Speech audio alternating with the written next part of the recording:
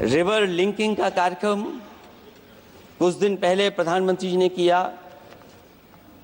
अध्यक्ष महोदय, मैं आपके माध्यम से जहां किसानों के लिए एक नई चीज आ रही है जिससे कि न केवल उनकी खेती बाड़ी बल्कि बहुत सा सुधार दिखाई देगा। खेती बाड़ी को भी पानी मिलेगा, पीने का भी पानी होगा। इंटरलिंकिंग पुरानी योजना है और मुझे याद है जब पहली बार उसका MOU साइन हुआ था उस समय दोनों प्रदेश के मुख्यमंत्री शामिल थे, लेकिन जब उद्घाटन हुआ है तो दोनों के प्रदेश के मुख्यमंत्री वहां से गायब थे। और वो कारण अगर जानना चाहोगे तो वो कारण भी बता दूंगा अगर आप कहोगे तो। जहां इंटरलिंकिंग हो रही रिवर की, ये अच्छी योजना है। 40,000 करोड़ रुपए आप खर्च करने जा रहे हैं। लाखों लाख जमीन उत्तर प्रदेश और मध्य प्रदेश की सिंचाई के लिए शामिल हो जाएगी। लोगों को पीने का पानी मिलेगा, लेकिन जिनकी जमीन जाएगी उन किसानों को, गरीबों को क्या सरकार मदद कर रही है? लैंड एक्विजिशन मैंने भी की एक समय पर, और मुझे याद है अध्यक्ष महोदय जब मैंने लैंड एक्विजिशन किया था उसमें भारत का ये लैंड एक्विजिशन एक्ट नहीं आया था। मैंने किसानों से बातचीत की थी और किसानों से समझाया कि ये योजना से, परियोजना से क्या लाभ होने जा रहा है। वहां के किसान तैयार हो गए और उसका परिणाम ये था कि 21 महीने में देश का सबसे बेहतरीन एक्सप्रेसवे और जमीन एक्वायर कर करके हम लोगों ने बना करके दिखा दिया। और जब उद्घाटन हुआ था तो उसमें भारतीय वायुसेना के विमान सुखोई और मिराज को उतार करके हम लोगों ने उद्घाटन किया था उसका। ये बात मैं इसलिए बता रहा हूं, जिस हाईवे पर देश के प्रधानमंत्री उतरे थे और उद्घाटन के बाद प्रधानमंत्री जी के पीछे पीछे कोई चल करके आया था,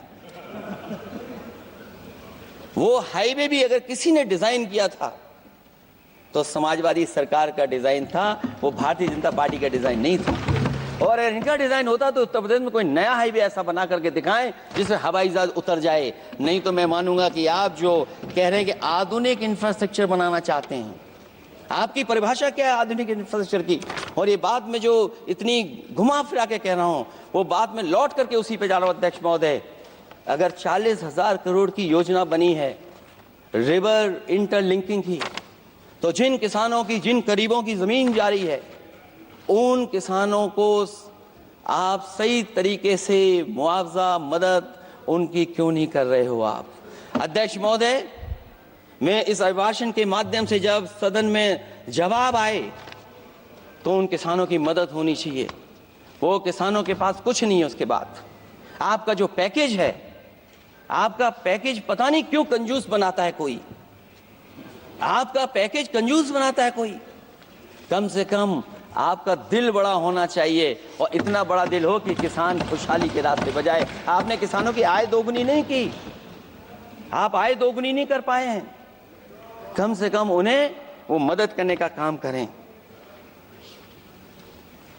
इसमें अध्यक्ष महोदय, मैं राष्ट्रपति जी के अभिभाषण पर पढ़ रहा था कि सोलर को लेकर के और रूफ टॉप सोलर एनर्जी को, स्कीम को लेकर के बहुत बड़ी योजना और कई हजार करोड़ रुपए सरकार खर्च कर रही है। मुझे याद है जब देश के राष्ट्रपति कलाम साहब थे, उन्होंने एक प्रेजेंटेशन किया था सरकार के सामने, और प्रेजेंटेशन के बाद मैंने उनसे निवेदन किया कि अगर ये योजना मैं कर दूं तो आप क्या उद्घाटन करने आएंगे? उन्होंने कहा कि अगर ये आप कार्य योजना लागू कर देंगे तो उद्घाटन करने भी मैं आऊंगा। अध्यक्ष महोदय, उस दिन आंधी तूफान था, टेंट बिल्कुल उड़ गया था। इतना शायद पानी और बिजली का चमकना इतना था कि मैंने खुद रिक्वेस्ट की थी उनसे कि आप मत आइए, फिर कभी हम लोग कार्यक्रम कर लेंगे। लेकिन वो कार्यक्रम में आए, उन्होंने उद्घाटन किया। और अध्यक्ष महोदय, जो लोग कह रहे हैं 40,000 करोड़ की रूफटॉप स्कीम लाए सोलर की, जो मिनी ग्रिड बना करके पूरे के पूरे गांव को हम लोगों ने फ्री बिजली दी थी। फ्री बिजली उनको मिलती थी 24 घंटे, उनकी चक्की चलती थी, उनका सिंचाई का पानी का इंतजाम होता था। जब तक समाजवादी सरकार रही तब तक वो योजना चलती रही, और जैसे ही समाजवादी सरकार गई, इन्हीं के लोगों ने उसका मेंटेनेंस रोक दिया।